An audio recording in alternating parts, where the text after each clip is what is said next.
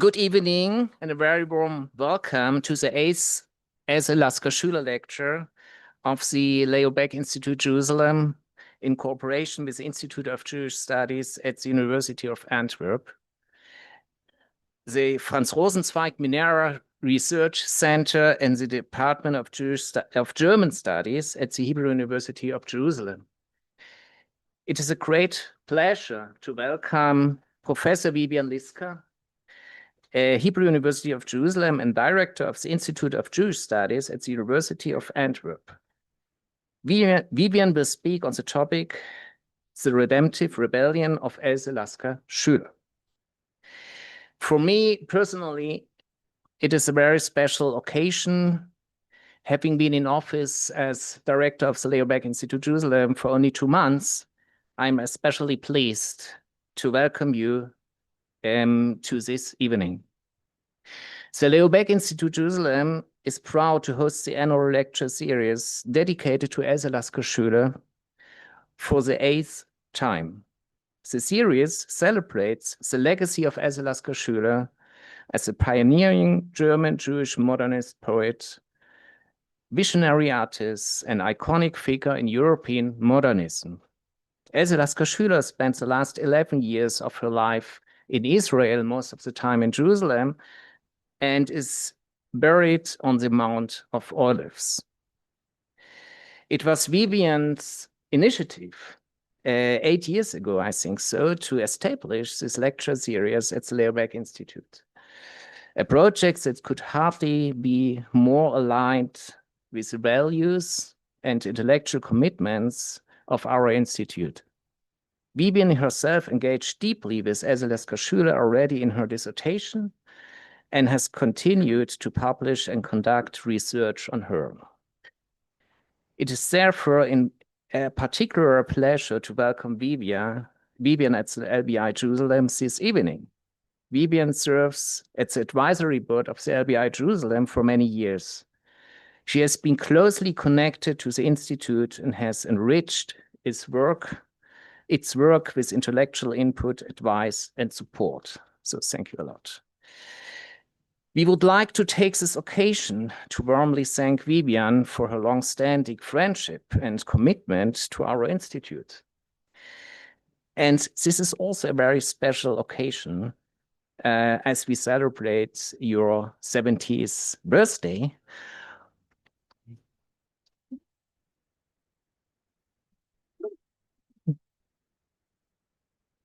So on which we warmly congratulate you and would like to present you this nice flower. So Masal Tov, Masal Tov. I would like to thank the chair and the respondents, Dr. Asif Rachamin of the Hebrew University Jerusalem will chair this lecture. Following Vivian's lecture, Professor Ilana Pardes and Dana Rubinstein of the Hebrew University of Jerusalem will offer responses and continue the discussion. I would like to thank Dr. Sharon Livne for organizing this evening, as well as the entire team of the Leo Baeck Institute, especially Amir, Gili, and Marika. Many thanks also go to our partner institutions, without whom support this evening would not have been possible. The Institute of Jewish Studies at the University of Antwerp, the Franz Rosenzweig Minera Research Center, the Department of German Studies at the Hebrew University of Jerusalem, and the Ministry of Culture and Sport. It is now my pleasure to hand over to Asif, who will chair this evening. Thank you. The floor is yours. Thank you very much.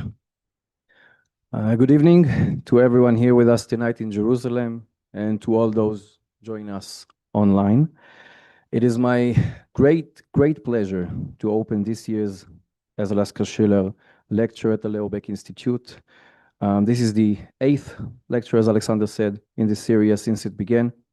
And tonight is a particularly special occasion as we also celebrate the birthday of the person who conceived and continues to inspire this lecture series, Professor Vivian Liska. Vivian hardly needs an introduction in this room, or for that matter, in any setting devoted to German Jewish literature and thought. She is one of the defining scholars of the field, an esteemed, innovative, bold, and original thinker whose work continues to inspire scholars around the world while shaping generations upon generations of students and young scholars. And I speak here first and foremost about myself, since I owe much of my intellectual formation and development to my encounter with Vivian's work, which opened up for me an entire world that I knew only very little about at the time.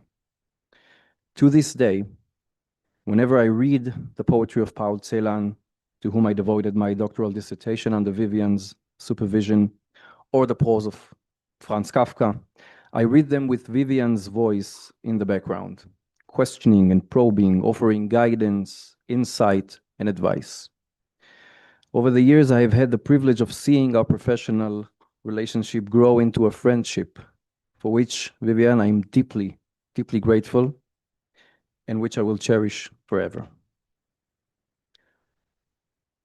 But not only Franz Kafka and Paul Celan.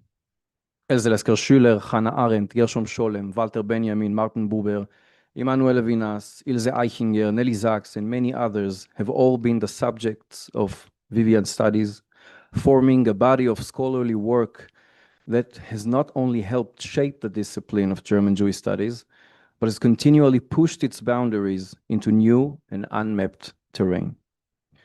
Vivian's impact on the field is reflected not only in her scholarship, but also in the many academic and institutional roles she has taken on over the years, most notably as the director of the Institute of Jewish Studies at the University of Antwerp.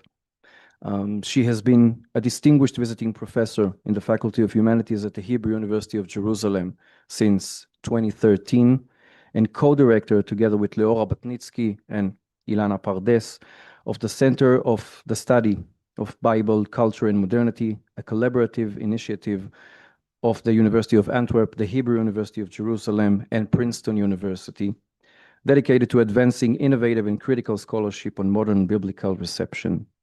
Recently, she became a member of the Deutsche Akademie für Sprache und Dichtung, and also led the founding of the Interdisciplinary Network for European Philosophy and the Jewish Tradition, together with colleagues in Belgium. In the context of the present moment, this is an initiative of tremendous importance, academically, intellectually, and politically. Vivian's work spans several fields: literary theory, German modernism, continental philosophy, feminist theory, and of course, German Jewish studies. Her books include Giorgio Agamben's Lehrer Messianismus, 2008, translated into Hebrew in 2010, the acclaimed and highly influential When Kafka Says We, Uncommon Communities in German Jewish Literature, 2008, translated into Hebrew in 2023, Mossad Bialik, and Fremde Gemeinschaft, Deutsch-Jüdische Literatur der Moderne in 2011. Her most recent monograph, German Jewish Thought and Its Afterlife, appeared in 2017. Vivian is also the editor and co-editor of many volumes, among which are Contemporary Jewish Writing in Europe, a Guide, 2008, with Thomas Nolden, Sartre, Jews, and the Other, Rethinking Anti-Semitism, Race and Gender, 2020, with Manuela Consoli, Zäsuren, Paul Celan's Spätwerk, 2021, with Chiara Caradona, and Grenzen der Sprachlosigkeit, 2023, with Karl Friedrich Kettmann. And she is also the editor of the book series Perspectives on Jewish Texts and Context, De Gruyter, and co-editor of both the Yearbook for European Jewish Literature Studies and Arcadia International Journal of Literary Studies. That was just a taste. As many of you surely know, one of Vivian's great passions is the work of the avant-garde poetess Else Lasker-Schüler. Over the years, Vivian has explored many dimensions of her oeuvre, and tonight she comes full circle by returning to the early text, Die Nächte der Tino von Bagdad. I am especially curious to hear your perspective on this work today, Vivian. But before that, allow me to wish you a very happy birthday from the bottom of my heart, and many more years of writing and teaching with the same passion and brilliance that so uniquely define you. Mazal tov. The title of Vivian's lecture this evening is The Redemptive Rebellion of the Lasker-Schüler. Vivian, the floor is yours.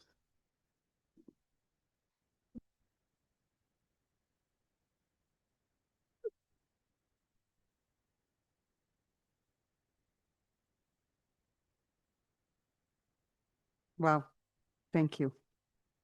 And Alexander, thank you for these warm introductory words.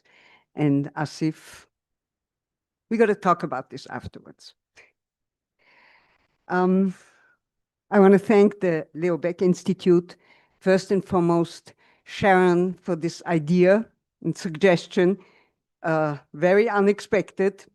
This year, Vivian, it's your turn. And she said something about my birthday. I did not hesitate and said, wow, yes, thank you. So here I am.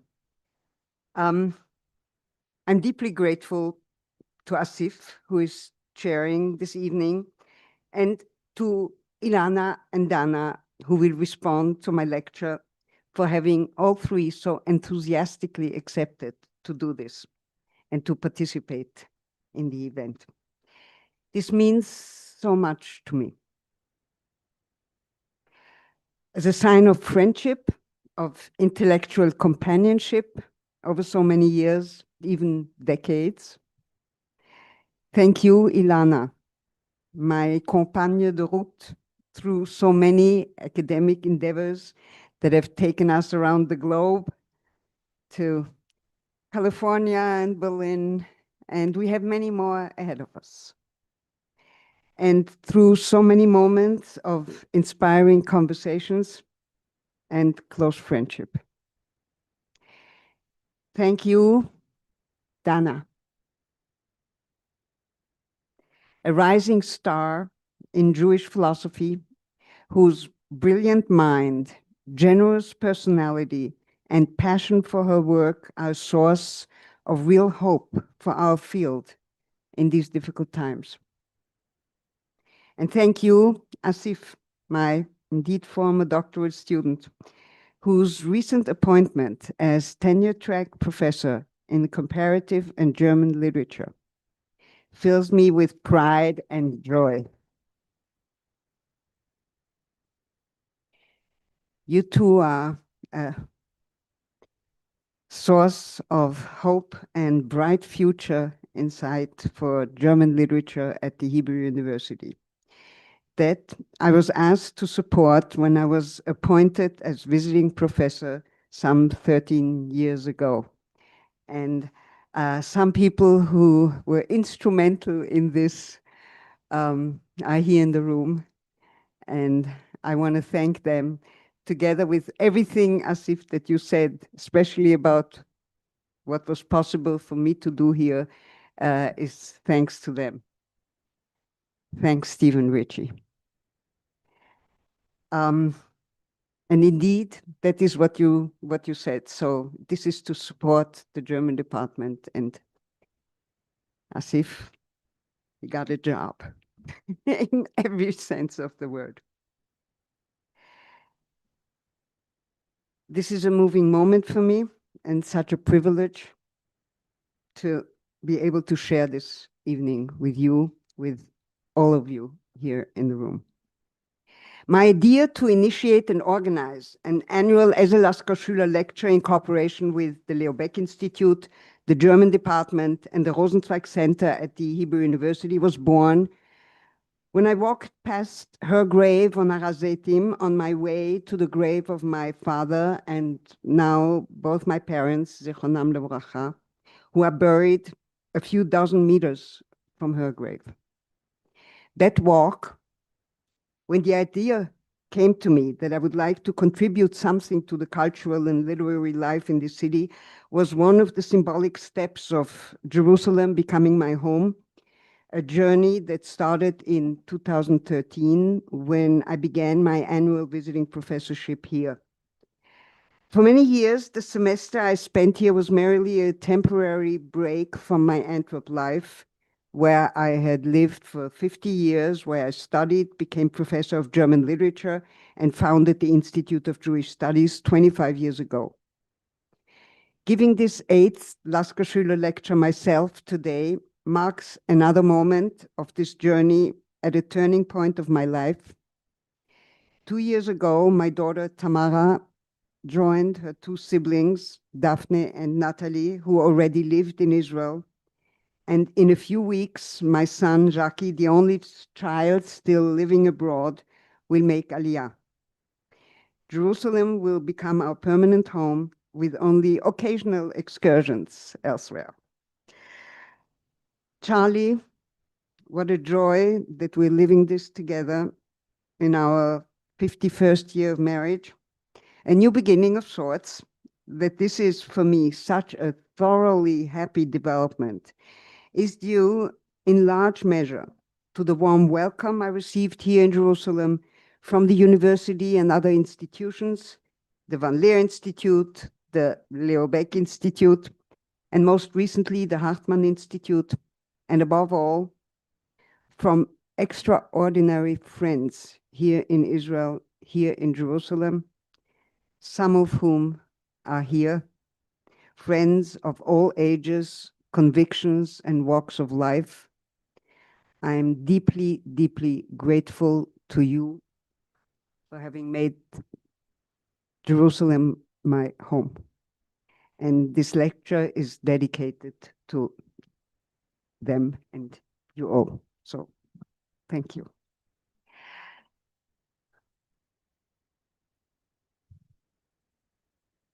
On this special occasion, I want to return to the first work by Else Lasker-Schüler that I ever studied in depth, and with it, to Lasker-Schüler's own beginnings.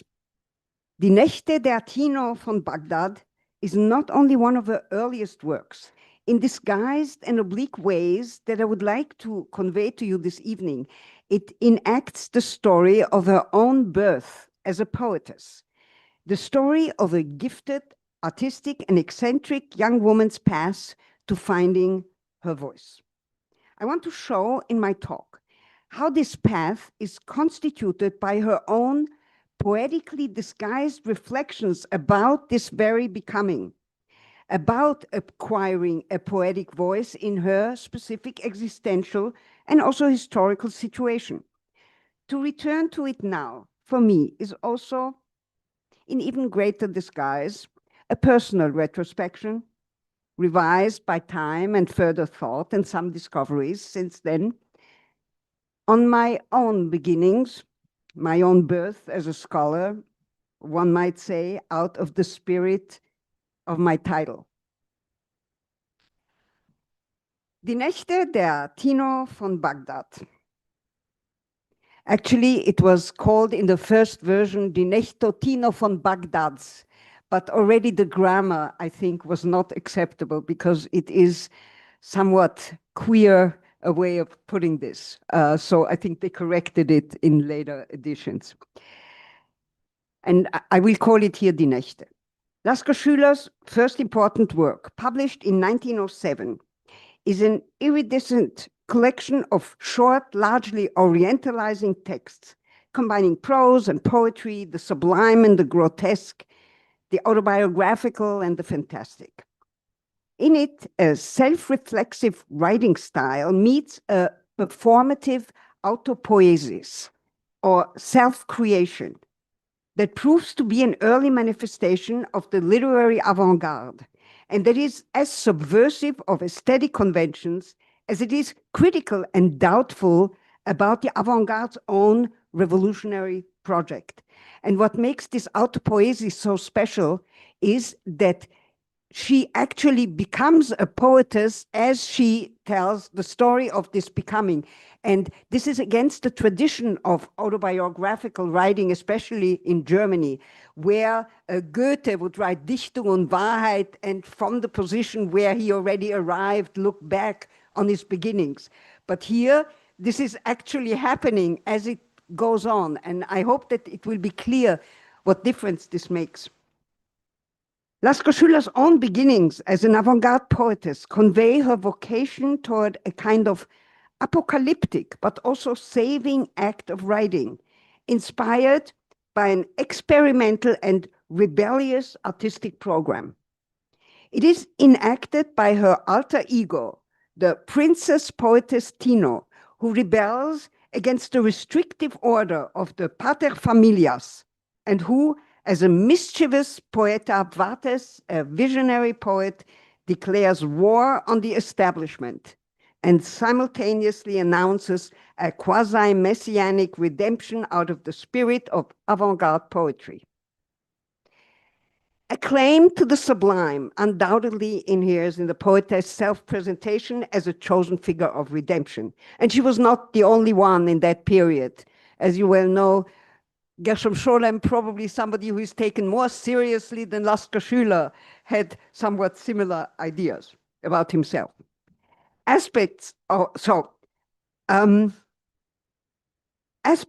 the mischievous and the grotesque, however, undo, and unlike in Scholem, undo the potential arrogance of this gesture that a German critic mockingly criticizes as this grandioser Versuch, grandiose attempt at messianic self-invocation.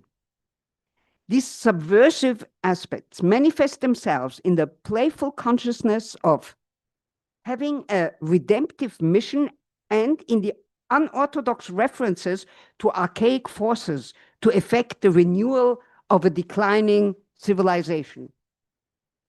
This rebellion finds its formal expression in the simultaneity of high and low mode, a lyrical, hymnical, and a grotesque voice commingling, in suggestive elliptic gestures, pointing both to a mysterious, unsayable, das Unsagbare, in the German tradition also a quite pathos-filled notion, and to ludic poetic quackery, poetische Quacksalberei, as she calls at some point her own writing. The text invokes themes from myths, fairy tales, and the Bible, whose commanding and didactic claim is, however, withdrawn through surreal scenes and caricatured exaggerations. And I will give some examples. In its first version, which was printed in an edition for bibliophiles, Die Nächte der Tino von Bagdad consists of 19 short prose texts and 9 poems.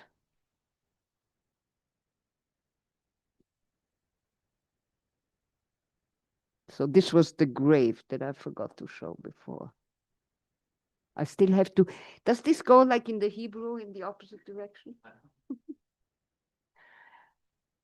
Okay. So this is,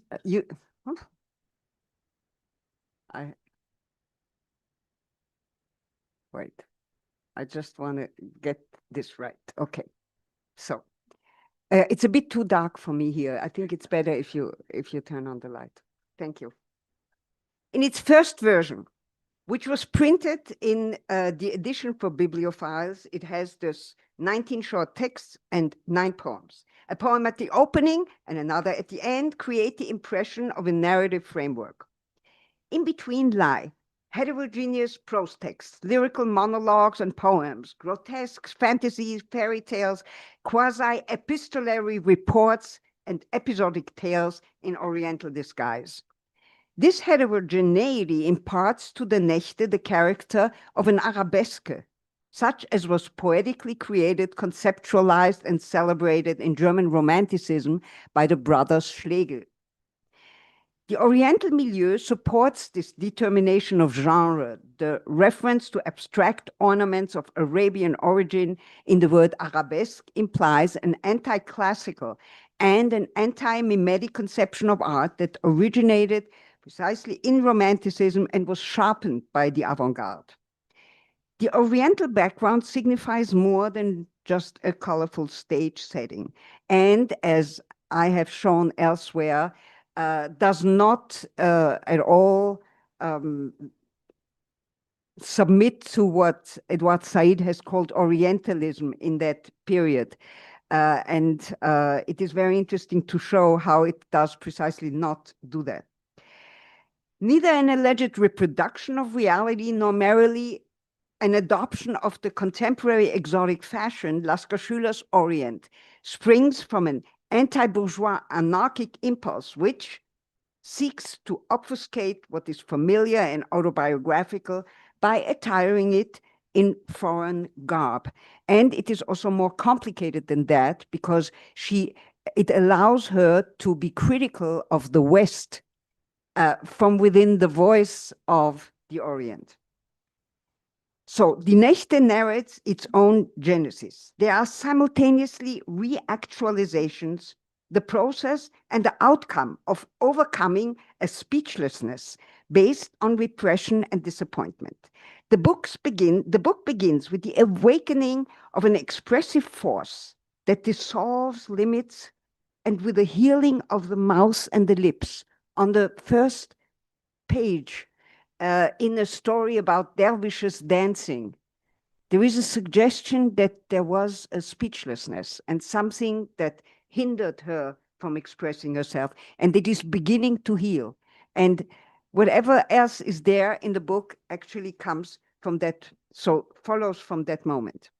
Autobiographically tinted and bearing the traces of Lasker-Schüler's own departure from her bourgeois origins and eruption into the bohemian milieu of Berlin, the narrative reenacts in several tales the termination of a forbidden love relationship for which a cruel and violent paternal figure and, to a lesser extent, the infidelity of the corruptible young lover himself are responsible. Now, who this young lover is, one doesn't know because she called him Alcibiades de Rouen.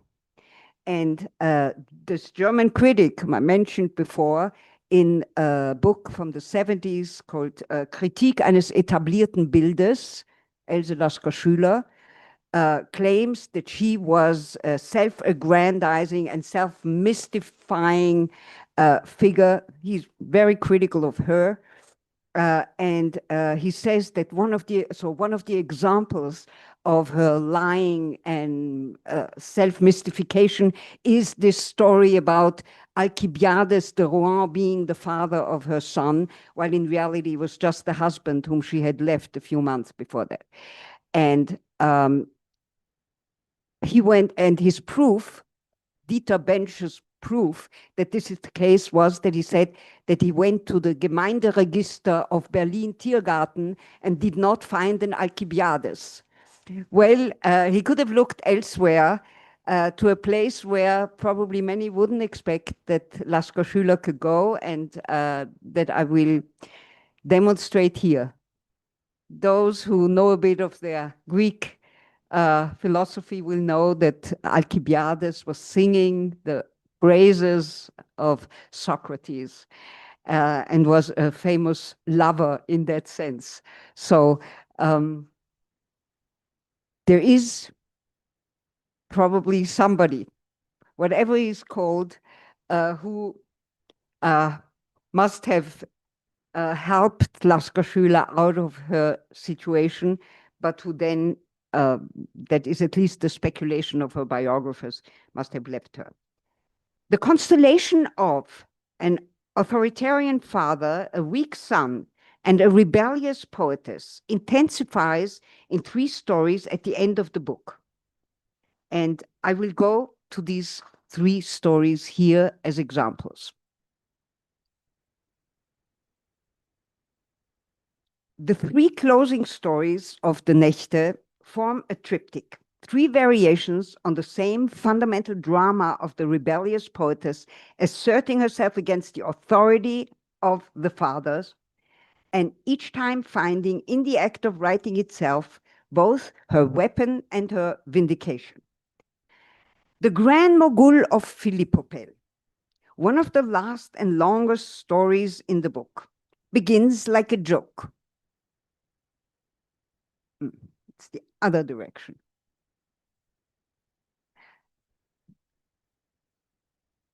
Okay.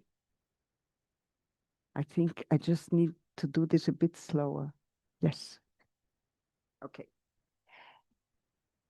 The Grand Mogul of Philippopel is sitting in the garden of the imperial palace in the city of the Sultan. There comes a strange insect from the west and stings him on the tip of his tongue. He is indeed in the habit of letting it rest on his lower lip while he's thinking. And although the doctors attach no further importance to the mishap, it nevertheless comes to pass that the exalted lord imagines that he is no longer able to speak. The story thus opens with an incident that is as banal as it is arbitrary and expands into a bizarre political and poetic fable. The principal character in this fantastic story are the Grand Mogul, minister of the Sultan, and the poetess Tino, who is in love with Hassan and who tells the tale in the first person. There is a complicated content, and I want to make it short. The story is that the Grand Mogul has lost his voice, can no longer speak. They call all the doctors, nobody can help, and then they call the Princess Tino, who is a kind of poetess magician, and she is the only one, it seems, who can make him speak again. However, in a language that only she understands. So she becomes his mouthpiece. And he continues, they need him to, for the decrees and the laws of the city. And while he continues, she says, to formulate his decrees in this language that only she understands, she obviously distorts them. So, what happens? The decrees that result from Tino's willful misrepresentation of the ruler's intentions are successful. Tino puts the Grand Mogul's enemies to flight and brings prosperity to the land.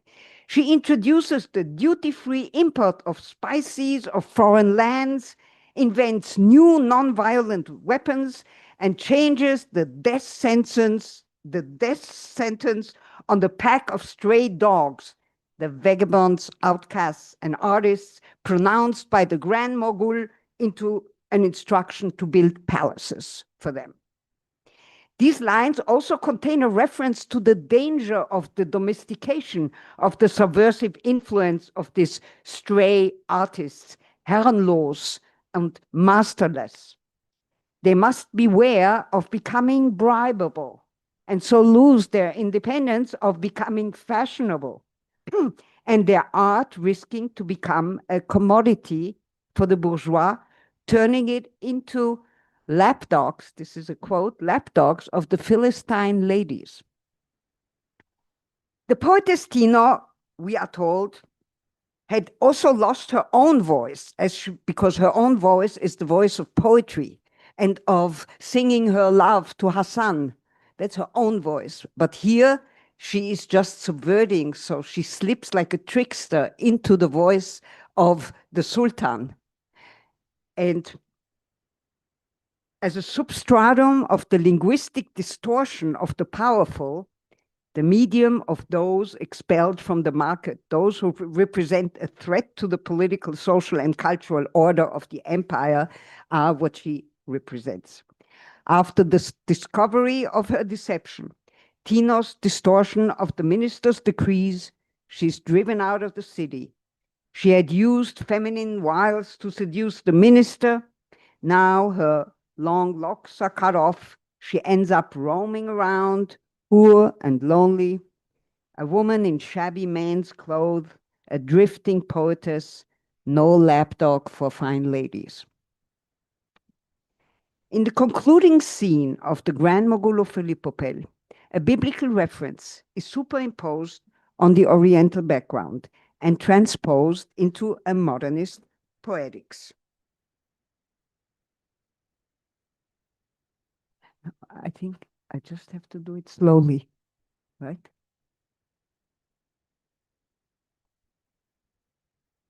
Yeah.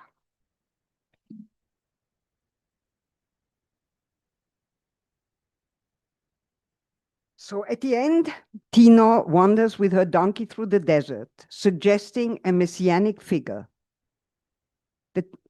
This gives the impression that Lasker-Schüler has incorporated elements of the biblical story of Bilam or Balaam, the foreign soothsayer who, appointed by the Moabite king Balak to curse the people of Israel, Balaam sets out on his donkey, but due to divine intervention turns the curse he was charged with into a blessing, and so saves the Israelites. To the fury of his enemies, his prophecies are successful and change the course of history. According to some traditions, Bilam is a herald of the Messiah. Two further details confirm this link. So there is a story right before that in Die Nächte, where the father figure bears the name Bor Ab Balok. The father of the biblical Bilam is called Bor Ab, like father, and Balok may refer to Balak. But so there is a more convincing evidence that she actually at least knew the story of Bilam.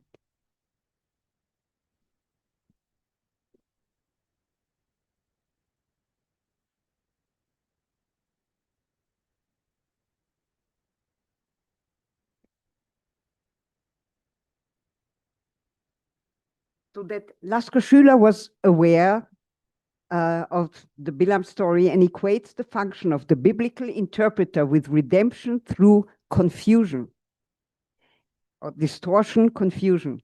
In the story, a liberating gesture is evident from the correspondences between her 1902 poem Weltflucht and the poem Elbanaf, which, according to Lasker-Schüler herself, represents the translation of a former poem she first wrote in mystical Asiatic. So here you have the mystical Asiatic. And I will read, it is actually a beautiful poem in itself. I will read it in English. Here I only have it in German and in mystical Asiatic. Flight from the world. I will go back into the endlessness, back to myself, the autumn saffron of my soul, already in bloom. Maybe it is too late already to go back. Oh, I am dying among you. As you suffocate me with yourself, I want to spin threads around myself, ending the confusion, leading astray, confusing you to take flight mywards. In Elbanaf, the mystical Asiatic version of her poem Weltflucht, of which only a few semantic particles are comprehensible, the 9th line reads, Vanu Bilahum. In the German translation, this is the equivalent of verwirrend, misleading. In the 11th line, Bila stands like Bilahum for confusing. The 7th line reads Anahu Yatellahu, Anahu containing the Greek root ana, like in anagram or anastrophe, which suggests a reordering, a transformation, a rearrangement. Like in the biblical story of the messianic figure, Bilam's redemption comes from the confusing distortion of language, of the powerful. Asama in the 9th line of Elbanaf is the name of an Asian butterfly and evokes the image of the chrysalis, which in Weltende draws threads around itself.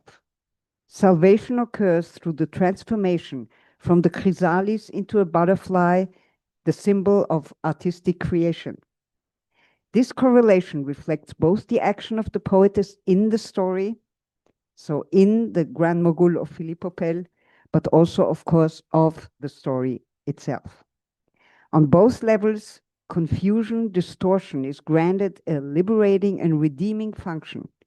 In the story, the distortion of the language of the rulers by the poetess leads temporarily to a new order, to an utopian state of affairs, in which borders are opened, enemies retreat, and artists move into palaces. In the narrative mode of the text, there is a correspondence to this distortion. The undistorted, that is realistic mode of representation, is there equated with the form of communication, of purely instrumental communication of the rulers. Tino is the poetic rebel who threatens their power by infiltrating and corrupting their medium of expression. Lasker-Schüler, poet, actually in the end fails in her endeavor, but leaves behind an encrypted inscription of a potential salvation through poetry. And I will skip my second story because it would be too long and go to the third. But I have to be able to, so you will see some of it in my slides.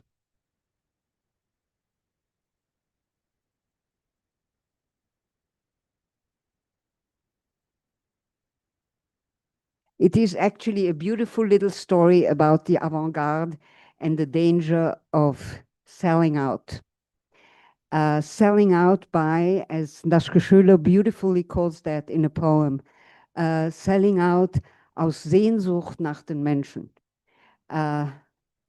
It's a nice way of saying the desire to please. She must have been aware that there are these two sides to an artist, a powerful drive of self-expression, my word, and at the same time wanting to find some that would actually appreciate her work. This was something that in her life she did not meet too often, certainly not in Jerusalem, in her last years.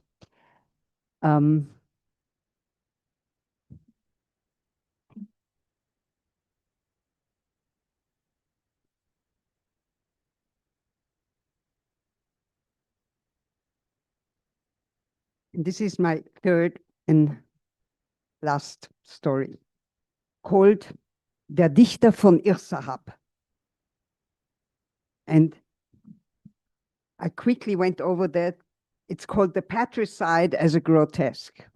So, as I said, throughout the Nächte, there is this triangle with these authoritarian, oppressive fathers, and that too was something of her time. It was the youth rebellion that was present in so many other thinkers and authors of the period.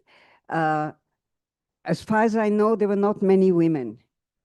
One of the reasons that she featured in my dissertation was that I asked my Doktorvater who the women equivalent were of Kafka and Musil and Broch and Thomas Mann,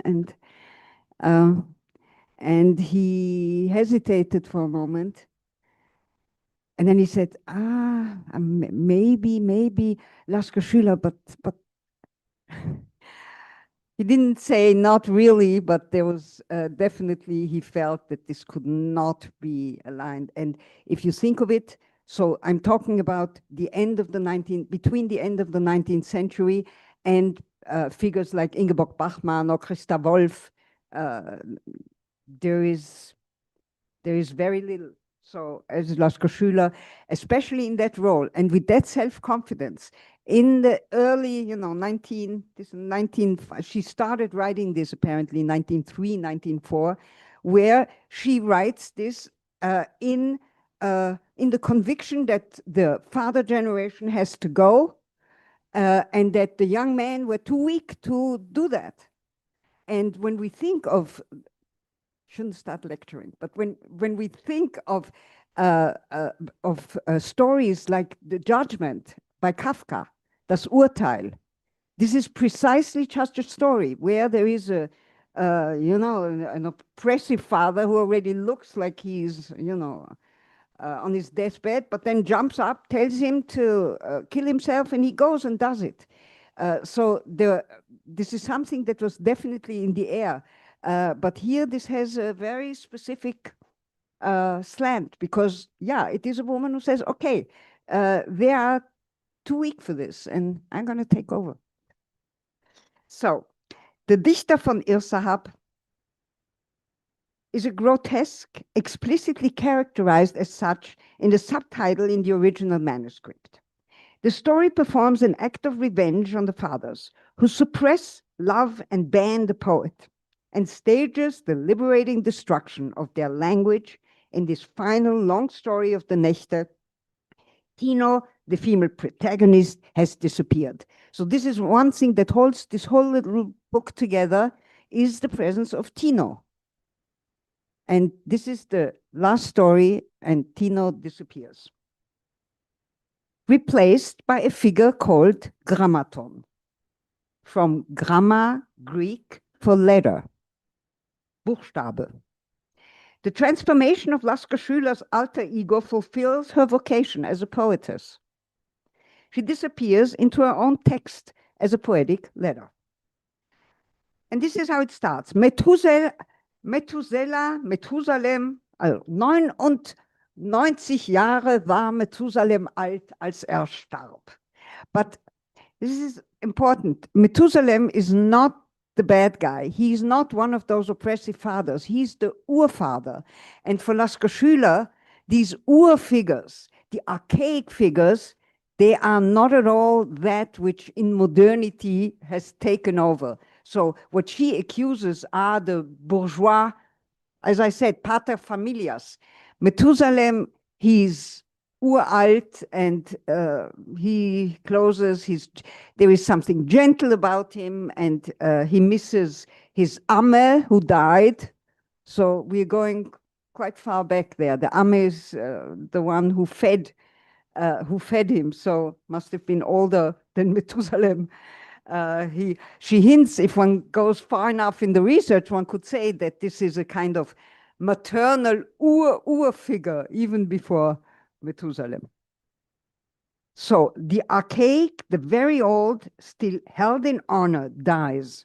His heirs, the sons, exercise the power now. The new, embodied by Tino Grammaton, in alliance with the immemorial, mythical, and archaic, is victorious and sings a hymn to freedom.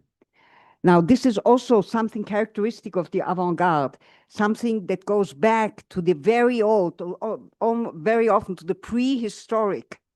One has that also in poetry, like Gottfried Benn, ach, ich möchte in den Urschlamm, so that zurück, something that is pre-civilizational as an inspiration of the avant-garde. So, Grammaton's emblem is Pegasus, the symbol of winged poetic inspiration. Methuselah, the archfather, has two elder twin sons, and his youngest son, Grammaton, play the main role in the story. The latter is the poet of Ir-Sahab, Ir, Hebrew for city, Sahab, probably a transformation of Sahib, Arabic for sir or lord, or is it maybe even the Ir-Zahav? Grammaton is a poet in the city of lords, of grand viziers, moguls, fakirs, and khedives, priests and prophets. Methuselah leaves behind, as the last poem of the Nächte tells us, siblings who fought with each other to the death, Geschwister, die sich tödlich stritten.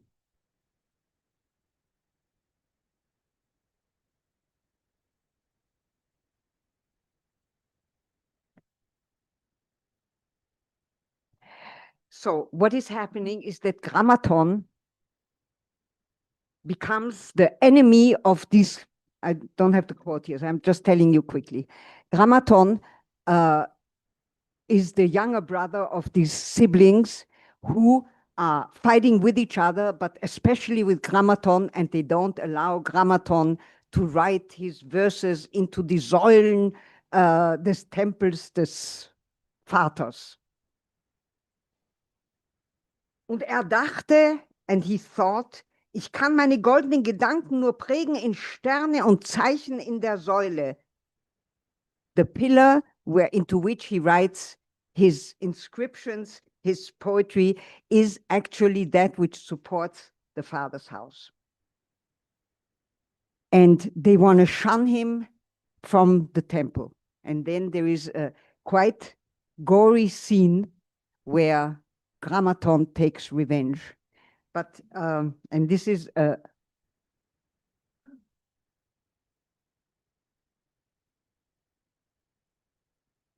I can't handle this. Okay, here.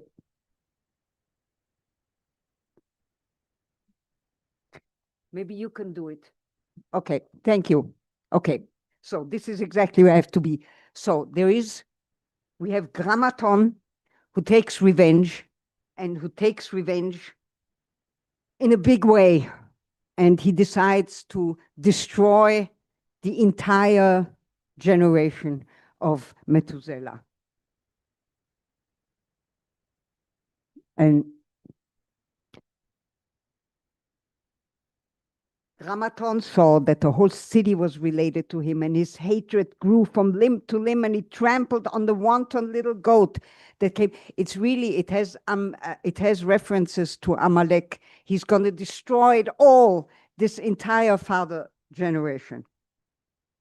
So it is obviously exaggerated and grotesque.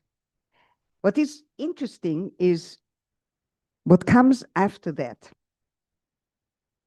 With the destruction of the pillar of his father's house and of art as a lofty temple, Grammaton also turns away from the vertical, hierarchical sublime and intonates silly rhymes. The whole thing ends up in a totally grotesque, almost Dadaist ecstasy of destruction. Now, one thing I want to end with is something I discovered only later and that I found really stunning. Namely, where the word grammaton comes from. And I looked it up, and the only place I found it was in the German translation of a passage from Plato's Phaedrus. It is the story of the king of Thebes and of the god of writing, the discoverer of writing, who is called Pater on Grammaton. In the English, it's not Grammaton. It is in German, in the German translation. And he comes and brings his discovery of writing to the king. And he says, from now on, we will not need memory anymore because we can write everything down. And the king of Thebes says, this is terrible. He says, you are biased because you are, and that is when the word comes up, you are pater on grammaton. You're the father of this thing. So you are biased and you don't realize that this is going to make us forget. Because if we have writing, we don't carry our thoughts with us anymore. So there is a famous passage in Jacques Derrida's comments on this story, where Derrida says that the king's rejection, the king of Thebes' rejection, points to this double side. He calls it a pharmakon. It is both gift and poison, of writing. And as we know today, we don't even know our own phone numbers anymore. So this is quite an old story. But for Derrida, he explains that the danger for the king of Thebes is that with writing, they will not need the authority of the father anymore, because writing just leaves, and it leaves this authority. So grammaton and this whole context and this reference to his name possibly leads to an explanation of Else Lasker-Schüler's most famous persona.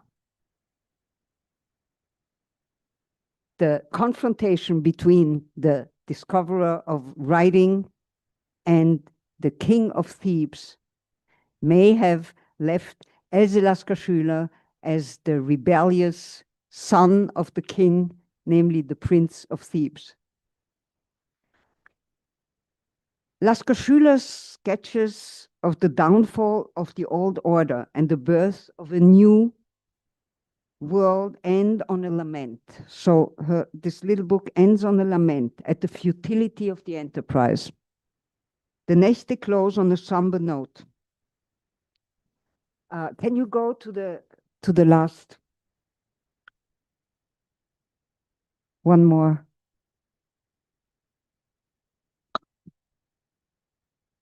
One more. No. Yeah, here. Thank you. The song of my life, look into my wandering face. I read it in German, I think it's here in English, yes. Das Lied meines Lebens, sieh in mein verwandertes Gesicht, tiefer beugen sich die Sterne, alle meine Blumenwege führen auf dunkle Gewässer, Geschwister, die sich tödlich stritten. Greise sind die Sterne geworden.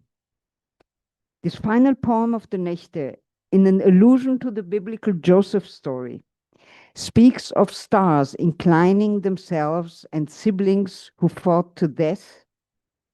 Marked by melancholy, the poem emanates a knowledge of the failure of her redemptive vision, alleviated only by a faint hope that in her writing the reader will perceive the cause of this failure. This mourning skepticism, which concludes Lasker-Schüler's Nächte, prevents her call to redemptive rebellion from slipping into pathetic and empty gestures, so there is no happy end to the story, as it warns of complicity with the bourgeois, of artistic self-aggrandizement, and above all, of a world of rivalry and strife between brothers. She who declared war on the oppressive fathers and wandered out of the city with her donkey, now rests on a hillside in Jerusalem, the city she could never quite embrace in her lifetime, and in which this lecture series in her honor has been imagined and organized as a small act of continuing fidelity to her restless redemptive art. But if I said at the outset that returning to this book is, in some disguise, a retrospection on my own beginnings as a scholar, then perhaps this evening, in this city and in this company, is also, in its own way, a new beginning, not a birth, but a homecoming. Lasker-Schüler's redemptive rebellion may have failed, but some evenings, this one, in this city, among these people, come close enough to the real thing. Thank you.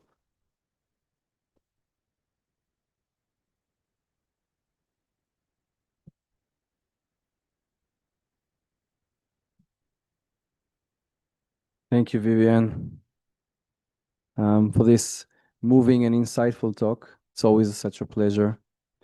It is now my pleasure to invite our two respondents for this evening. The first is Professor Ilana Pardes, whom I also had the privilege of being a student of for a significant period of time. Ilana Pardes is a professor of comparative literature at the Hebrew University. Her work has focused on the nexus of Bible, literature, and culture, as well as on questions of gender, aesthetics, and hermeneutics. She is the author of Counter-Traditions in the Bible, a Feminist Approach, Harvard University Press in 1992, The Biography of Ancient Israel, National Narratives in the Bible, University of California Press, 2000, Melville's Bibles, University of California Press, 2008, Agnon's Moonstruck Lovers, The Song of Songs in Israeli Culture, a personal favorite of mine, University of Washington Press, 2013, The Song of Songs, a biography, Princeton University Press, 2019, and most recently, Ruth, A Migrant's Tale, Yale University Press in 2022. Ilana, please.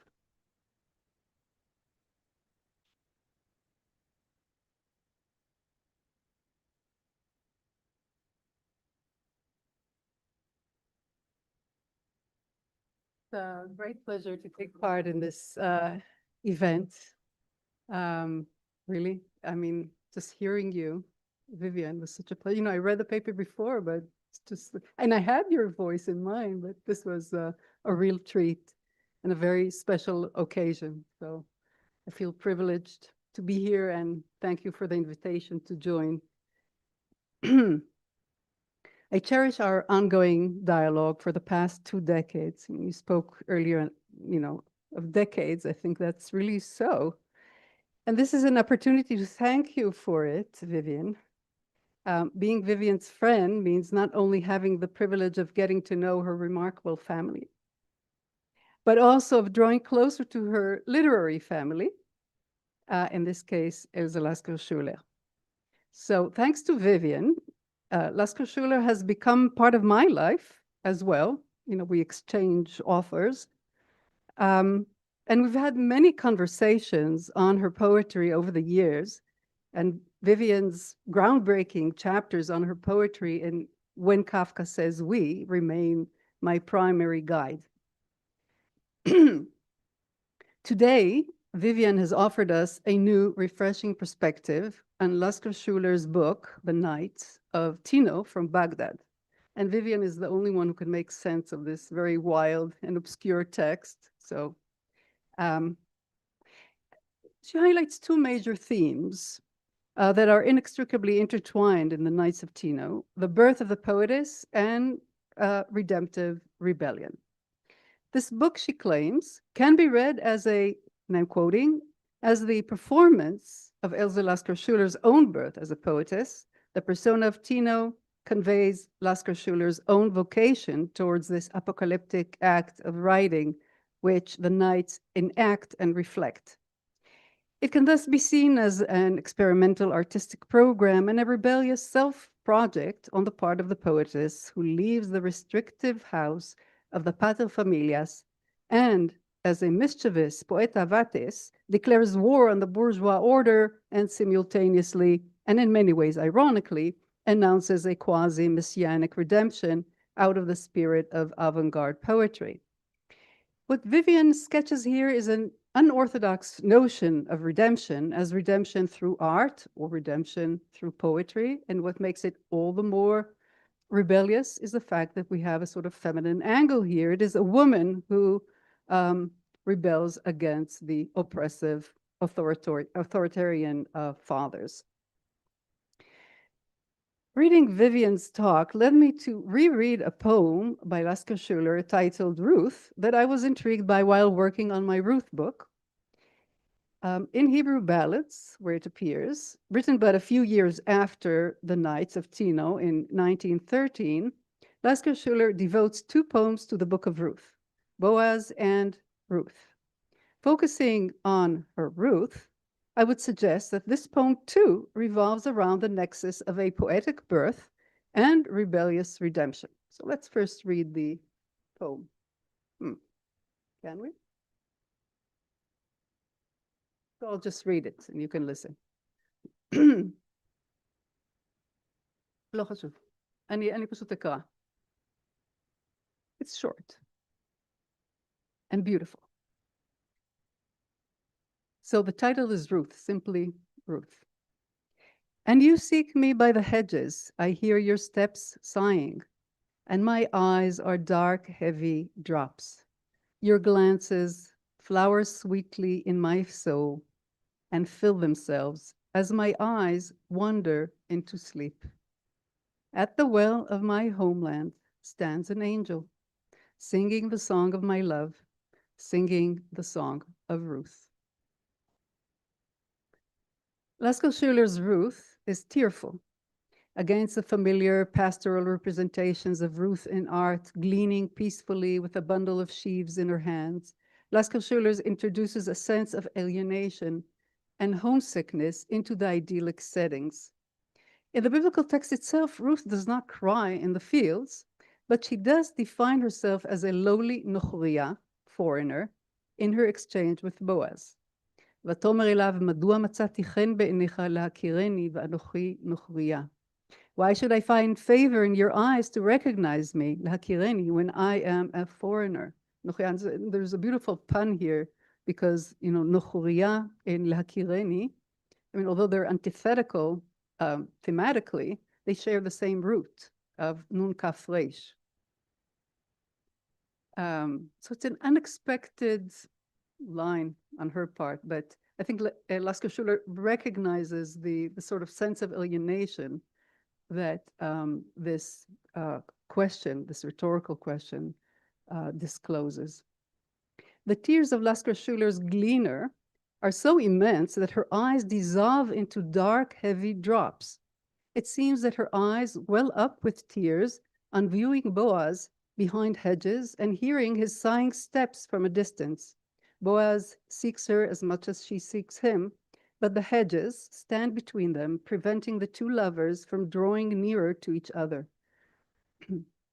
Lasker-Schüler underscores Ruth's foreignness and setting her apart, longing from afar. And yet no hedge can block the silent, sensual dialogue that blazes despite the barriers between their eyes. Responding to Ruth's tearful eyes, Boaz delivers vital glances that flower sweetly in her soul.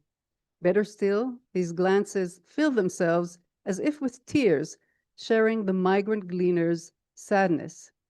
It is here that the dreamy quality of the exchange becomes more palpable, for now we discover that Ruth's eyes wander into sleep. The boundaries between dream and reality become blurred. We cannot tell whether Ruth is dreaming of meeting Boaz or is actually seeing him by the hedges.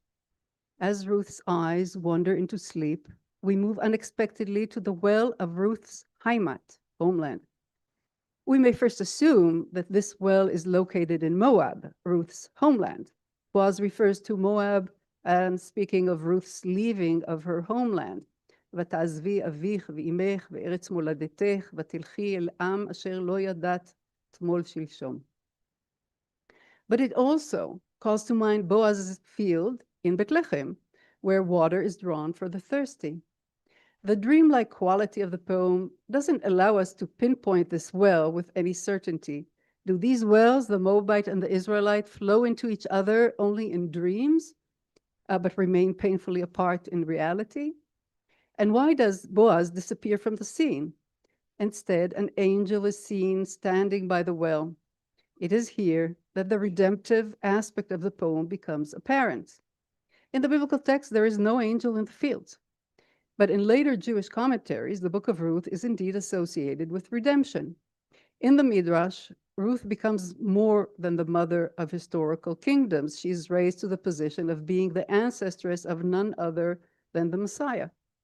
Then the book of Ruth concludes with David. You know, you have all this the sort of genealogy, the very end. David is the last word.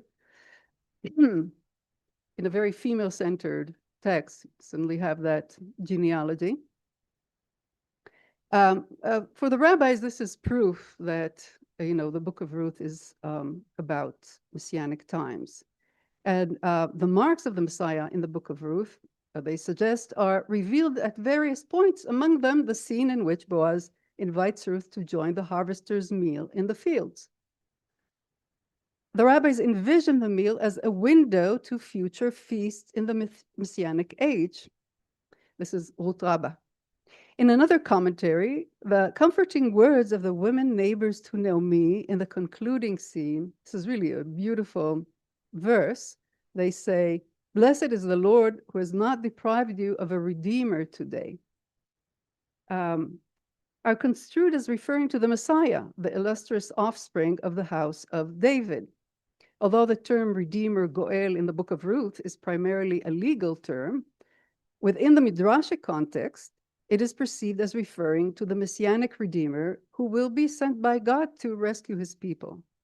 And in the Zohar, Ruth becomes an exilic Shechina, who precisely because of her Moabite origin is vital to redemption. This is redemption through sin, which I guess is kind of true of Lasker-Schüler too. In this case, the encounter between Ruth and Boaz on the threshing floor is construed as a highly erotic celestial event with redemptive ramifications.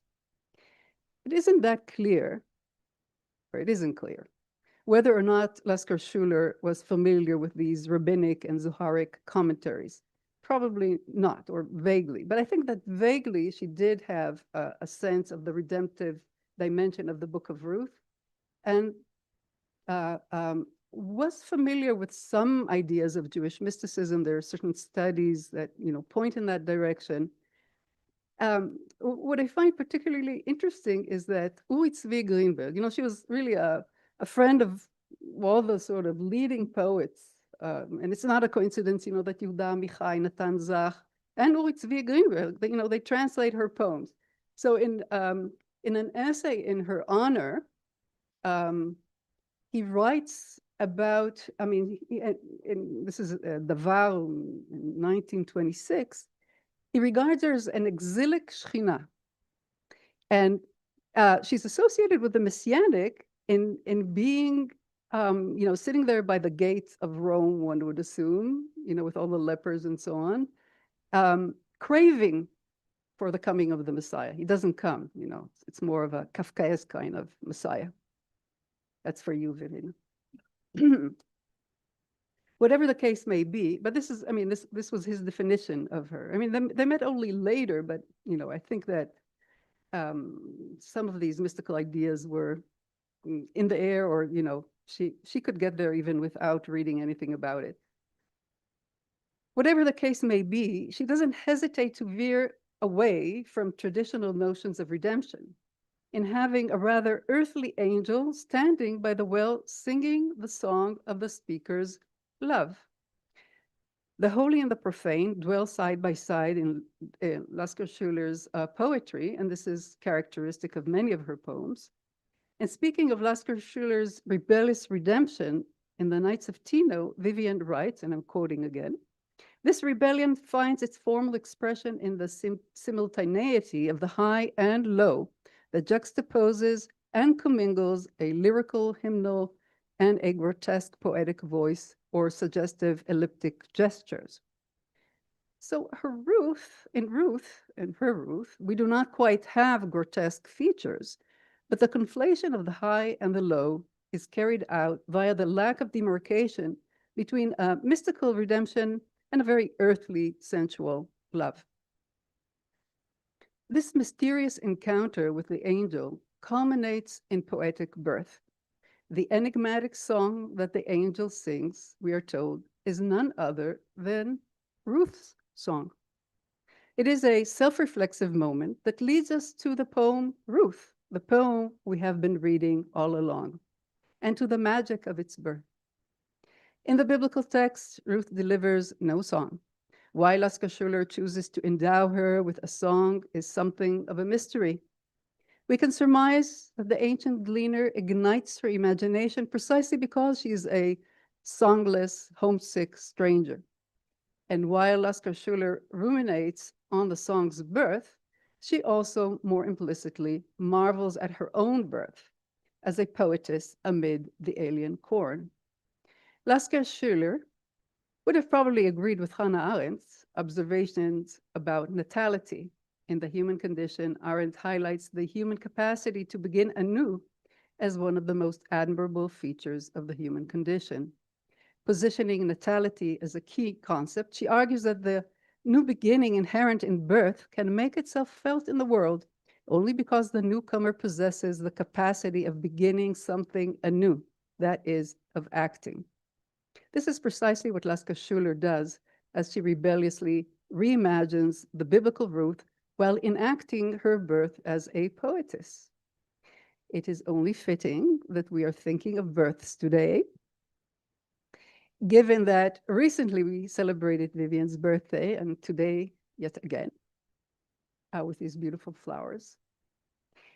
What better way to celebrate with you, Vivian, than to wander together in Lasker-Schüler's poetic fields and marvel, however implicitly, at your birth as a rebellious, mischievous, and brilliant scholar. So, Mazal Tov, my beloved Vivian. Wow.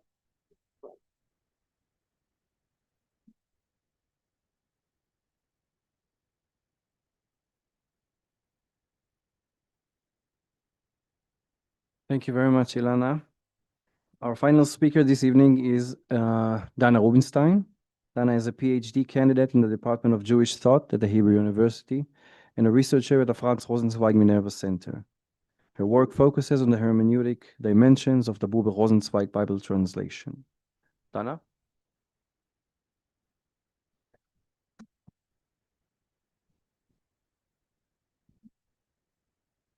Thank you, Asif.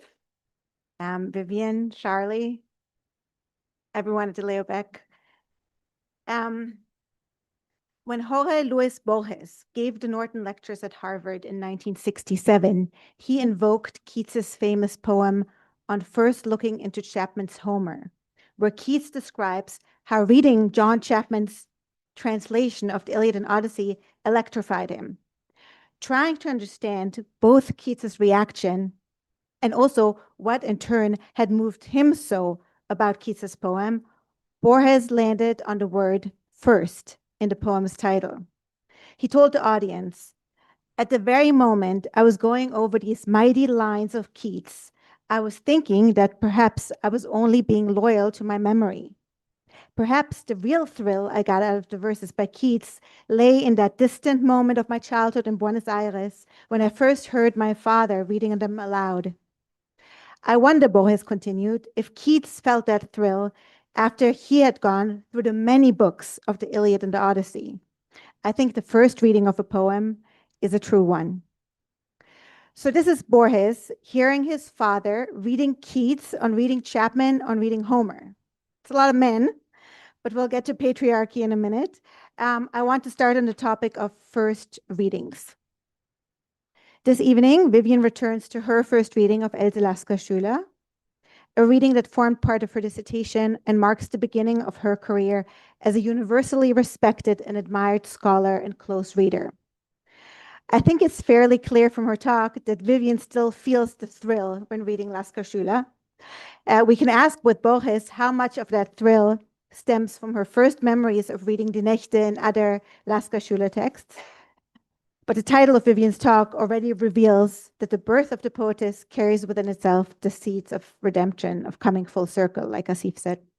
Now, if you are like me, you were also trying to puzzle out which part of Vivian's talks were a disguised personal retrospection on her own birth, and yes, maybe even her redemptive rebellion as a scholar.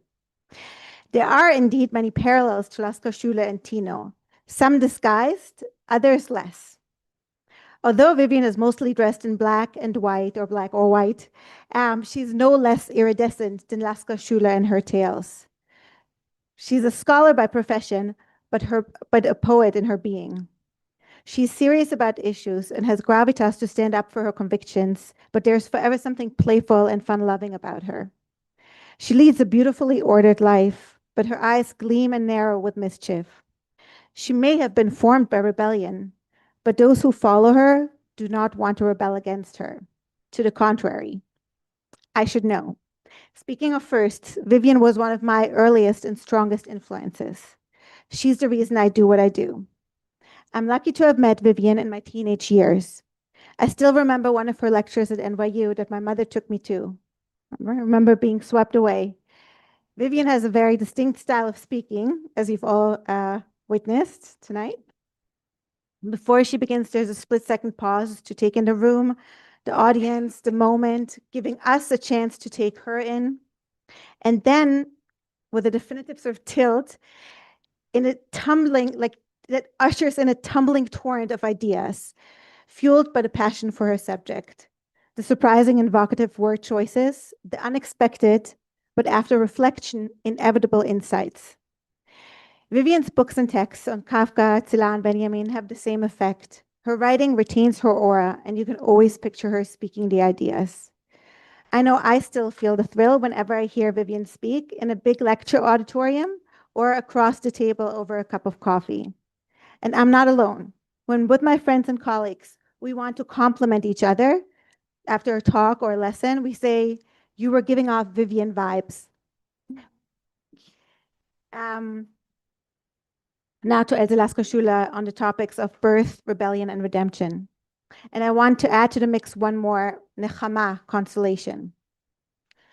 It's true that Chaos and anarchy are the trademarks of Lasker-Schüler's tales. If Die Nächte is a story of creation, it is more of a return to tohu vavohu or virva, rather than a linear progression to any created order, let alone a true messianic culmination. But even as redemption in its full sense is elusive, there are moments of inter- and intra-generational consolation. And that is at least one aspect of redemption that is realized. The furrow between the Sultan's brow is only a rare fleeting shadow. 7 skins deeper, night slumbers in his son's brow. That's how Lasker-Schüler describes the difference between the Sultan of Morocco and his son Min in another one of the Tino tales. 7 skins deeper, night slumbers in his son's brow. The number 7 immediately evokes biblical genealogy. 7 are the generations from Adam, who symbolizes humanity's birth, to Enoch, who, as Viviana pointed out, maybe in a previous draft, functions as the redeemer in this text. The punishment that will be extracted for anyone who kills Cain carry into the 7th generation, and in Lamech's case, into the 77th generation. But beyond the biblical layers, Lasker-Schüler's very beautiful image reveals how succession works in this little volume. The sons and daughters in these tales are poets. Echoing the title, the Knights of Tino of Baghdad, night slumbers in their brows. They carry their anxiety, their anger, their anarchy, but also their eros, their moon and starlight, their mystery, 7 layers deeper within them. When they erupt, they can be subversive and destructive, but they can also have a profound capacity to receive and to give consolation. As Vivian says, one of the recurring themes in Die Nächte is the poet's rebellion against a repressive patriarchal order. And the tales are indeed replete with cruel and violent paternal figures. In the story of Min, for example, the Sultan kills his 7 times deeper son out of jealousy. But we also find in the tales a very different type of father-child relation. Take the father of Tino, Min's cousin, who's desperately in love with Min. Tino's father understands his daughter, blesses the romance, and later, when Tino, who is also the narrator, emerges from the affair heartbroken and alone, she tells us, "Nur mein Vater lässt manchmal seinen weißen Bart über meine Hände gleiten und schweigt. Only my father sometimes lets his white beard glide over my hands in silence." What a compassionate way to console someone. White beards can also be very tender, it turns out. As for Metushalach, good old ancient Metushalach, about the biblical Metushalach, it is said that as long as he lived, the flood was averted from earth. In the beginning of our tale, Metushalach gets infinitely sad when his wet nurse, Melkaba, dies. Right? So as Vivian pointed out, what a clever trick by Lasker-Schüler to give the ancient Metushalach, the oldest man to ever live, an even older female wet nurse. So women win. Melkaba sings to him lullabies, which for Lasker-Schüler is a kind of, can function as actually the most sublime kind of poetry. When Grammaton, Metushalach's Ben Zekunim, first enters the picture, it is to console his father over the loss of Melkaba, and maybe even to replace her as a source of rhymes and comfort. Grammaton is a Noach figure, the biblical Noach also being Metushalach's offspring, about whom it is said, Ze yenachamenu, this one will comfort us. But Metushalach is inconsolable and dies, and that's when things go haywire. Because here's the rub, the tales do have a frame, but they defy order. Tino defies order, Lasker-Schüler defies order. She's doing a pretty dance around her readers, which is maybe why some are quick to dismiss her. Euch verwirrend, confusing you, as she says in Weltflucht, is her only programmatic principle. Take, for example, her biblical references. Every time I think I've got a character's biblical foil pegged, the picture turns. Mehmet, who's from the story that Vivian left out, I think to myself is modeled on Saul. He listens to the people, he wants their approval, so much that he's willing to undermine himself. But then I get to the end of the story, and there's Mehmet with just a sugar cone going up against Goliath-Folis. And I think, wait, Mehmet is David? Was he David all along? And then there is the Grand Mogul of Filippopo, Tino in the tale. is the Messiah heralding Bilam, as Vivian points out. But then again, the Grand Mogul is the one who, like the biblical Bilam, wants to say one thing, but another thing altogether comes out of his mouth. So who's the Bilam character? And now let's return to Grammaton. After Metushalach dies, he transforms from Noach the comforter to the commanded soul, destroyer of civilizations. But wait a minute, was he really successful in wiping out all of Metushalach's offspring? He himself, after all, is also from the line of Metushalach. Grammaton, like Noach, is the only one who survives the mass casualty event to usher in a new day. So is Grammaton Noach after all? Now, as it is with biblical references in Die Nächte, so also with literary techniques and with sweeping narrative themes like lineage or redemption, they all fall prey to Lasker-Schüler's creative act of confounding, to borrow Vivian's term. So what about Die Nächte, if anything, can we hold on to? I think the answer is the primordial elements and the attempt to reconfigure them over and over.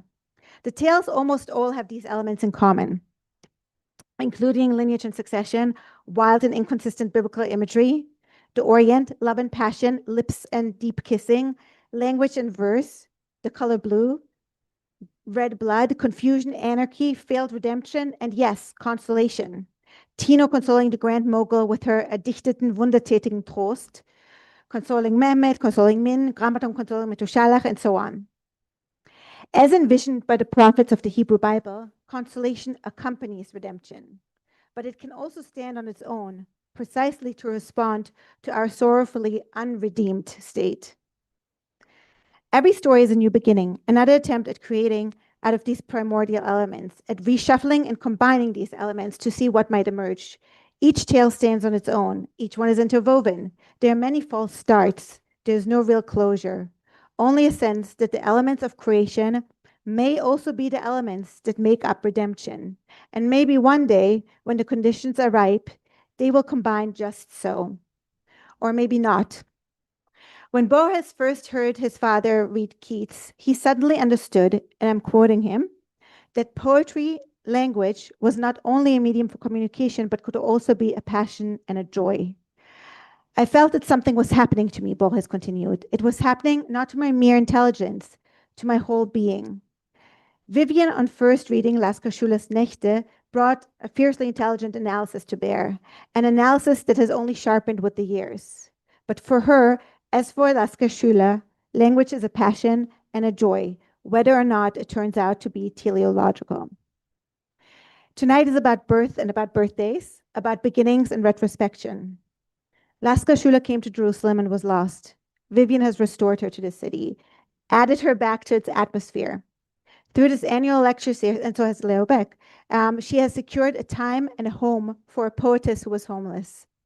Local scholars, year after year, think and talk about Lasker-Schüler, and audiences step out of the Leo Beck onto Rehov Bustanai, fittingly the Persian name for orchard, feeling a bit more adventurous, more alive, more porous, expanded by Lasker-Schüler's images and idiosyncrasies. And even if messianic redemption seems nowhere in sight, maybe this is what it means to redeem someone through verse. Thank you. Wow.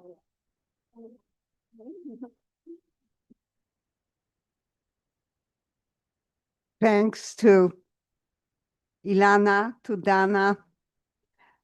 I have to give something away about Dana and me. My father knew Dana's grandmother, Admer Vesrim, back in the Carpathian Mountains. And he talked about her as Reisele Vergust. So, Tino of Baghdad, that's right. Well, there's quite a way from what we have in common coming from there and having landed here and having made our home here. As I said at the beginning, thanks to all of you. It's just to see you all here and to have been able to share this with you. And Ilana, thank you for this friendship and for this companionship. I feel blessed. We happen to be of the same age, and there is something comforting about that too. So I can even survive a birthday. Thank you. Thanks, Sharon. Thank you for this wonderful idea. And may we all continue, in spite of so much evidence, to hope for some kind of redemption, or at least a world without Geschwister, die sich tödlich streiten.